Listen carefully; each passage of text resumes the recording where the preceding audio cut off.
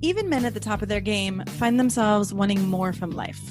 Whether it's more meaning, unshakable confidence, a bigger impact, more money, deeper love, a hotter sex life, or a powerful legacy. Find out how good your life can be on this episode of Man Alive. Also, as I've supported men in their love and work lives for 15 years now, many men ask for the right words to say to be more successful, attractive, and desirable. But I found it's not so simple as giving scripts or lines because every man is different.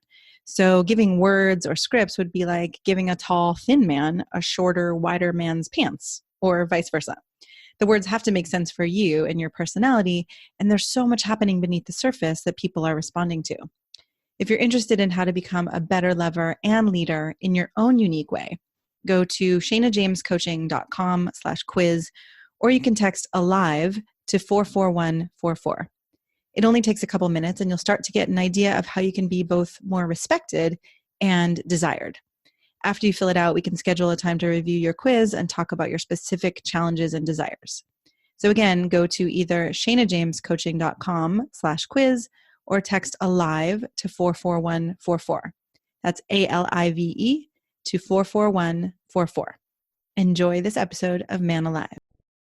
Hello, and welcome to this episode of Man Alive. I'm your host, Shana James, and I'm excited to be here today to talk about an important topic, which is emotions. And before you run and feel scared to listen to this episode, some of you may know that I recorded a TED Talk, or I gave a TED Talk years ago called What a Thousand Men's Tears Reveal, about the crisis between men and women. And a lot of my work with men is focused around strength and vulnerability, right? The freedom that comes when men can be vulnerable and have nothing to prove and come from a deep sovereign place inside themselves of knowing their innate goodness, such that emotions don't have to be a shameful thing. Tears don't have to be a shameful thing. So I have an amazing guest with us today, Gabriel Kazan. Gabriel, welcome so much. Thank you. I'm excited to be here with you. Yes, I just said welcome so much. Welcome and thank you so much for being here. Welcome so much for being here. And Gabriel is a writer, a therapist, a coach. He's the author of Alive on Purpose, and I've been loving your book. And one of the sections that stood out to me was a man's unshed tears. And so you cover incredible wisdom in this book. And I think we're going to get into all different pieces of it through this. But can you tell me a little bit about your experience becoming a therapist, becoming a coach, and how it relates to the tears and emotional expression? Great starting place. I think I share the story in the book of my own homecoming to those unshed tears. And this is a common experience of a lot of men in our time is guys are like, yeah, I haven't cried in years. Yeah. I don't even know how to anymore. Yeah. Like there's a certain point where our world can create this flatline culture of men who can't access the power of grief and the release of it and what comes when we let those tears. So I think I was in my late 20s when I had that awareness. I was like, yeah, I haven't cried in years. And then I went into a peyote medicine ceremony, and I was just wrecked. I was a puddle of snot and tears all night long. Yeah. And it was an incredible healing.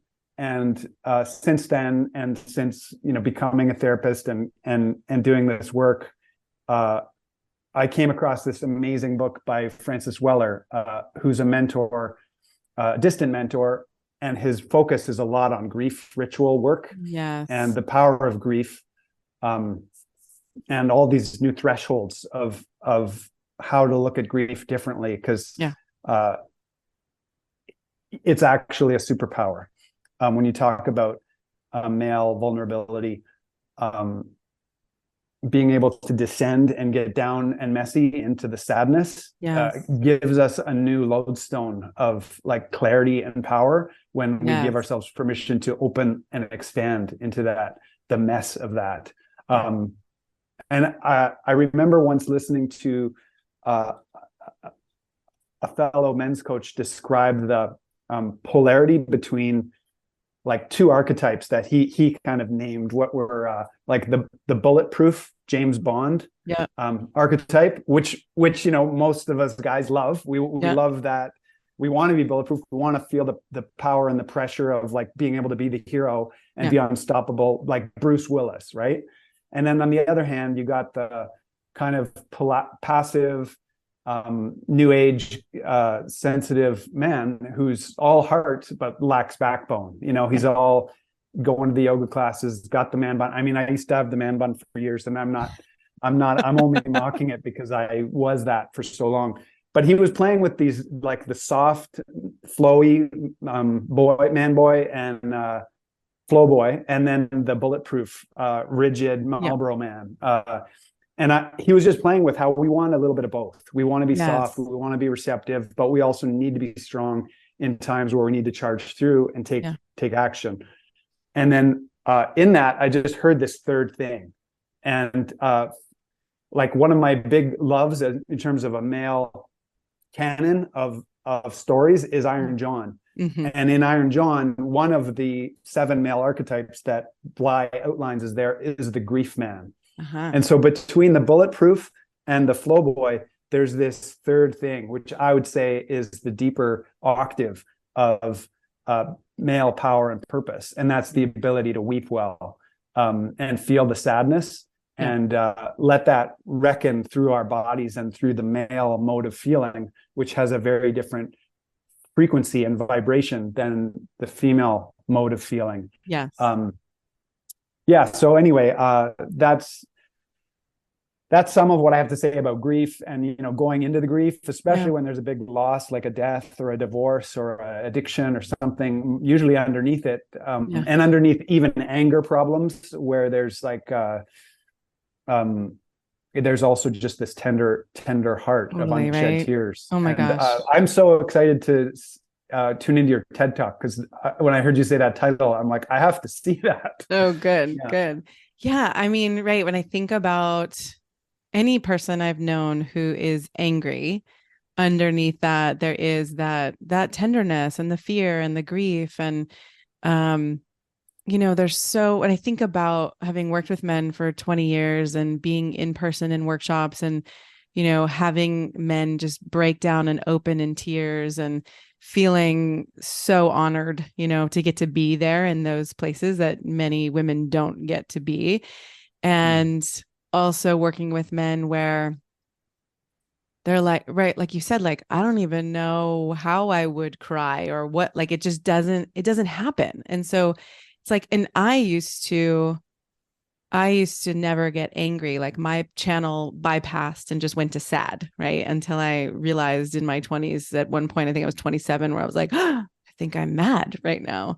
So I get what it's like to have a channel blocked and to be almost just like, it just doesn't exist, right? Or it doesn't happen. And then I think sometimes there is that inkling of, oh, it might be good for me to cry, or I wish I could cry, or I'm just stuck and I feel kind of bound up or tight or heavy, and right. And so it's such a fascinating thing to have a body and the ability to cry, but then not cry, and all the teaching around it of man up and don't be a wimp and tears are for girls and, all that shit. Yeah. And I noticed that at least like my wife will more often default into tears and sadness if there's some big thing. And I would more often default into being like, mad. It's almost like we're conditioned that way. So I feel there's so much health in looking for what has been exiled from our allowable range of expression. And I love that allowable range, right? Like, because it's all in there. It's all in there. It's the expanding the play range, and the of affect. The range of affect is the clinical term.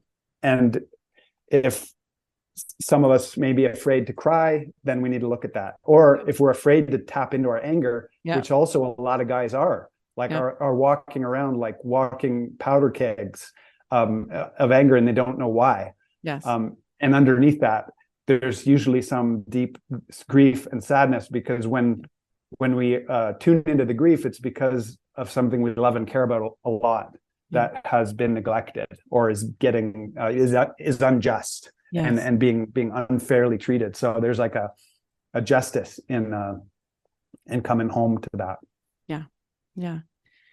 Okay, so when we think about men and tears and the unshed tears, like when you're working with a man and you recognize, oh man, he's feeling grief, or there's some pain in there, and he's kind of more mental or intellectual and either dissociating from it or just kind of rationalizing it, or right, how do you support a man to actually feel what's going on and to have choice, right? Because it's not like, oh, you have to cry. Or I remember when I was working on my TED Talk and someone was like, well, you're not trying to get men to cry, are you? And I was like, no, I'm not trying to get men to cry, but the when it's there and when it's real, it's like making it safe for that to happen.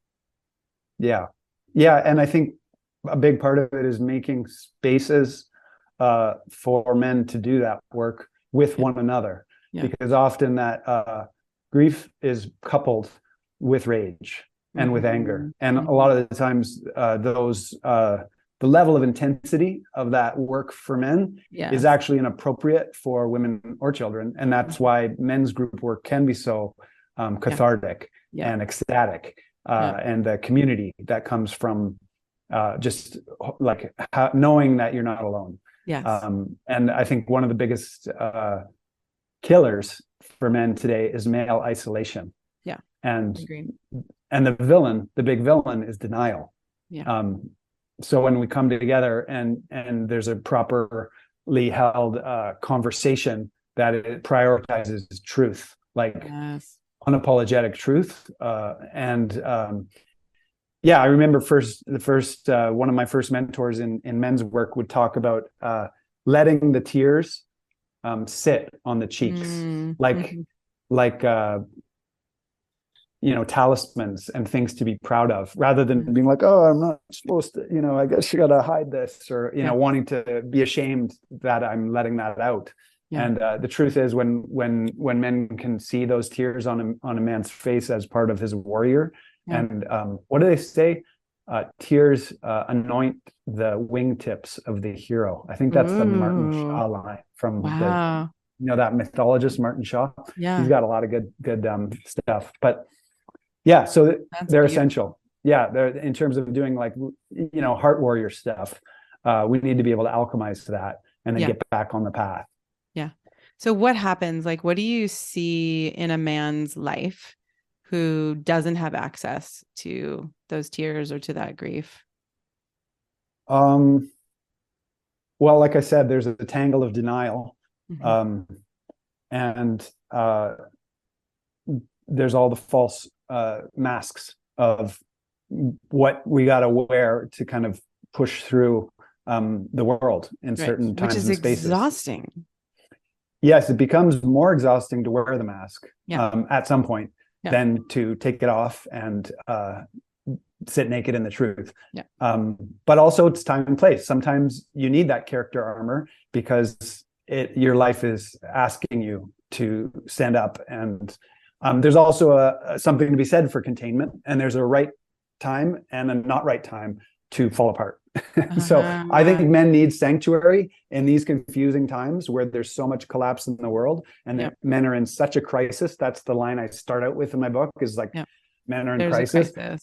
We need men to be able to reach out, find pockets of brotherhood that is creating new centers of power inside of men that are changing the story of what we used to identify as the promised land of the big paycheck and the car and the whatever, like the old that makes a man more masculine, or that makes a man more respectable, or any of that. And it's both and, because there's also guys who are so in denial and they're in collapse, and they've exiled that part of them that has the drive and the ambition and the fire to actually achieve and to lean into the world and to make a dent. So it's both. Some guys need to retreat so that they can fall apart, and other guys need to come out of the liminal world and out of the shadow and make their mark. And so that's why it's tricky to generalize with men's work, because you'll get guys in a men's circle and they're going in completely opposite directions. And in that way, they're great reflections for each other. Well, and I think it's shocking often to men who don't shed tears or don't feel grief, that doing so actually gives them access to more of their strength and more of their power. Yeah. And it's just about having the right spaces to do that. And I guide men into the body a lot. My background is with yoga and martial arts, so getting in touch with like the backbone, heart, and balls, that masculine axis is a practice. And then sometimes with a new client, I'll just sit and for 5 or 8 minutes, we'll just sit together and do a little embodiment practice to start to notice, because the issues are in the tissues. And if I'm stuck or if I'm blocked, it's usually some kind of clenching of the throat or some, jaw or something in the guts that's a butterfly, like, and it's all just about tracking and becoming more aware of what messages are in the body and what we need to unlock.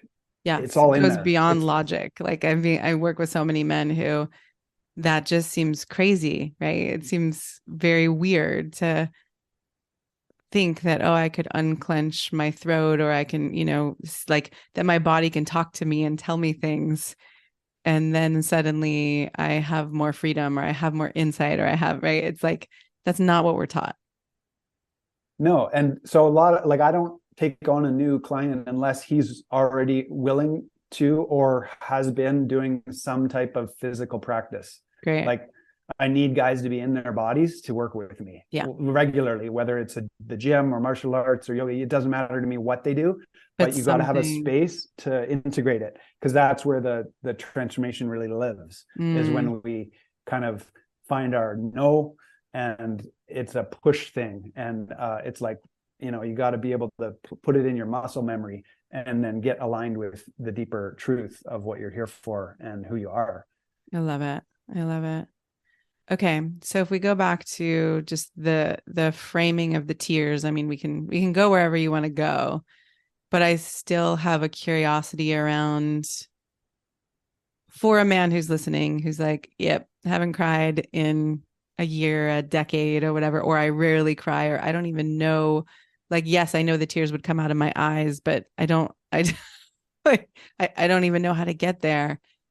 Is there anything you recommend? Or again, the goal is not like, now you have to cry, but it's to access, to be touched, by life, to be permeable, to actually feel life rather than just think it, is how I conceive of it. Yeah.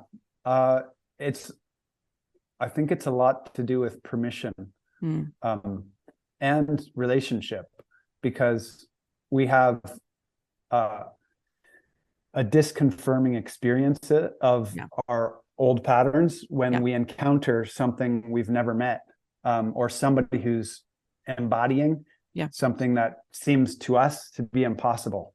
And that's what coaching and mentorship is actually being in relationship with the next level. And for some guys, the next level is like forward. And sometimes in order to get forward, we need to come in and down and clear what's there. And that's actually going to unlock the next level of forward and upwards and onwards. Right. I had a teacher once who said, it's like the common conception is that we need to go up and out, and actually the in and down, right, is the path for many of us. But like you're saying, it's different for everybody. Yeah. And I think using nature in terms of getting outside is also good. I prescribe sometimes some journeys for guys to go on hikes, to carry some rocks, stack some rocks.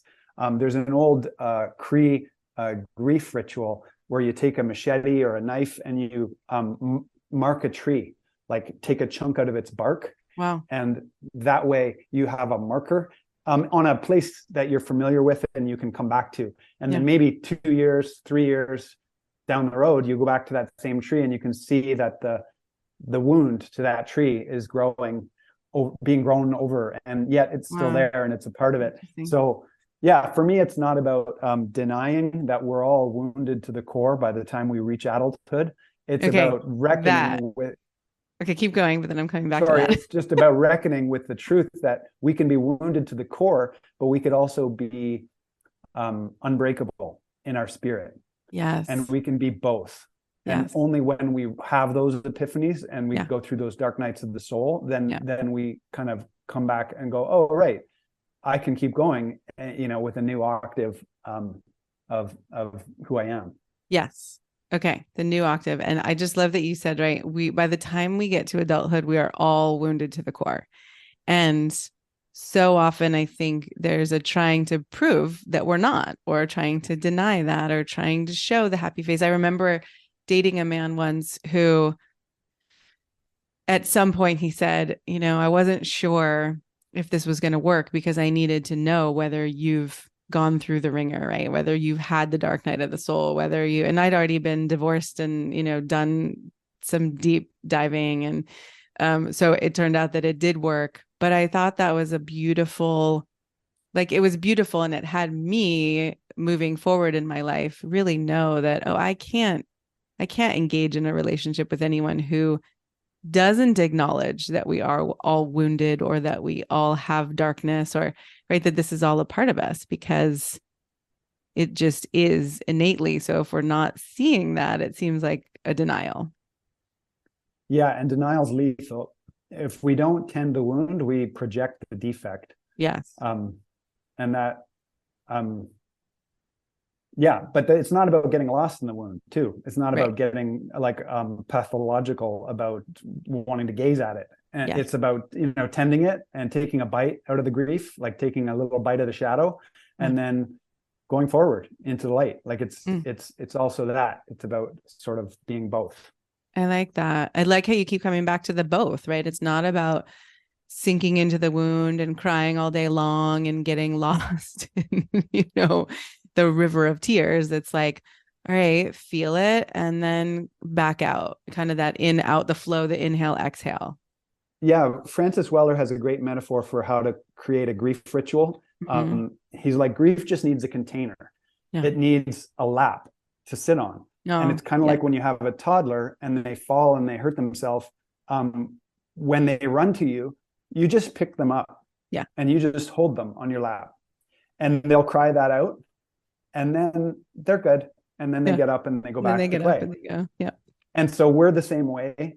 We just need a container, a place to go. Okay, I'm going to go to that, whatever it is, that nature spot or that ritual place or that bathtub, that place where I can fall apart, or, that person I can be with, whether, a coach or a therapist who I can go deep with. And the deeper you go, the further I can help you get forward. That's what I like to tell people. Right. The deeper you go, the more you can go forward, and the wider you go. Like you said, the range, the more range you have, the more you can experience life and love and beauty and success, and right, all of those things become more possible.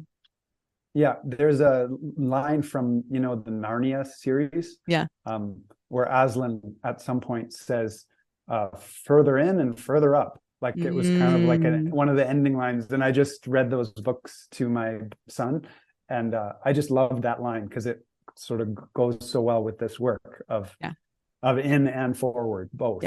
Yeah, both.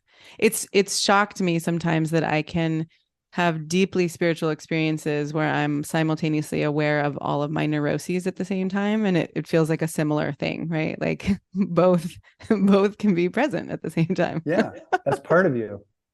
Yeah. Cool. Okay. So I know we're not going to, go into everything from your book, and this is a little bit more of a taster, but is there anything else that you want to cover today around men's tears or vulnerability or grief or even anger before we wrap up? I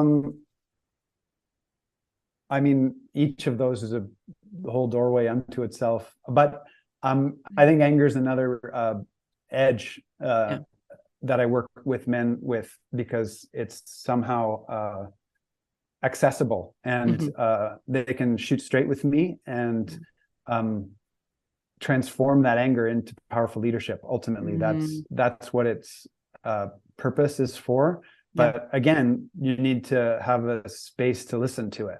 And track it in your body. Like for me, it's like, like when my puppy pees on the rug and I'm like, and I turn into the Hulk for a minute because I'm mad. It's about allowing that. And a lot of the things I noticed is that we also have an epidemic of nice guy syndrome, and a lot of collapse. And part of what the nice guy complex is afraid of is his inner asshole. He's afraid of his inner jerk. He's afraid of being that angry man, that angry monster, that actually has some message for him when he tunes into that, which has been exiled from his realm and his kingdom, and to bring that hairy monster back in and integrate it and make it part of how he can roll. And then it's not something to be afraid of, but it becomes part of his roar. Yeah. Oh, I like that. Part of his roar. Awesome. All right. Any last words of wisdom for a man who's getting this and starting to be like, oh, wow, right. There's so much more here that I'm not allowing myself to feel? I'd say just trust the process, and keep focused on your purpose, and your purpose is ultimately the thing that will move you forward when you're unapologetically in touch with that, which is, I define simply as who you are and what you're here for. It's not something outside of you you have to go chase. It's like it starts from within. And it's also your future self. I heard this great term yesterday called future self-neglect. And I love that. And it was part of this idea of having a conversation with your future self ongoingly, and taking guidance and direction from that North Star. And so that's what I do first and foremost with guys I work with, is like, let's clarify your North Star, and then you know where you're going and what you want. And it's the power of desire for that next level man on the way to his full potential. When that is clear enough, because it'll only get more clear the more we feed that with our attention, then you know where you're headed. And it's different for every man, so it's wild and unpredictable, and it can be terrifying. They say you're supposed to have it all figured out when you have a sense of your purpose, but sometimes knowing what your purpose is like, really, that's what I got to do? Oh my God. Like I've had that so many times. It's like a burden. You got to pick that up and find the strength and call that. Right. And it calls you forward. I mean, I remember the day when I was it felt like being struck by lightning, where I heard like, I'm supposed to help decrease, suicide for men. And I burst into tears and felt like I was going to throw up, and it was like, I couldn't even speak for an hour. And then I was like, are you kidding me? Like, how the fuck am I supposed to do that? And I still it weaves through all of my work now. And it doesn't feel like it wasn't a change in course because I was already working with men, but it's this bigger, deeper mission or vision that orients and pulls me forward, so I can see how discovering that purpose can be really clarifying, and also it reveals shadow and it reveals light and strength. It starts to reveal all of it. I feel like we could probably talk for a whole other hour. There's lots. We could talk for days. I'm sure. I'd love to know more about how you got on your path. And once I get my podcast up and going, I'd love to have you on. That would be awesome. I would love that. Well, thank you so much for being here today. And can you let men know how they can find more of you? Easily, best way to find me is on Facebook right now, because I'm restructuring my website, so it's cool. It's down. So Facebook, and I post a lot there. And I also have a resource group for men called the Wholehearted Man Project, which is a free Facebook group. And yeah, I don't, there's tons of resources in there and trainings and good stuff. Great. So, okay. I'll put the link in the show notes. Awesome. Thank you so much. I'm so glad you joined us for today's episode of Man Alive. I hope you enjoyed our conversation and it gave you something to consider and explore in your life. If you like what you heard, I'd be so grateful for you to subscribe and write a quick review that helps men like you find us. And again, head over to ShaynaJamesCoaching.com/quiz or text the word ALIVE, ALIVE, to 44144 to get a sense of how you can become a better lover and leader. You'll start to see how you can be both more respected and desired in your unique and genuine way. If you don't feel as confident or as excited about life or love as you'd like to be, this quiz is a really great starting point and will guide you toward a more passionate love life and a more inspiring and successful career. So again, text ALIVE, ALIVE, to 44144 or head over to ShaynaJamesCoaching.com/quiz. Join us each week for a new episode of Man Alive.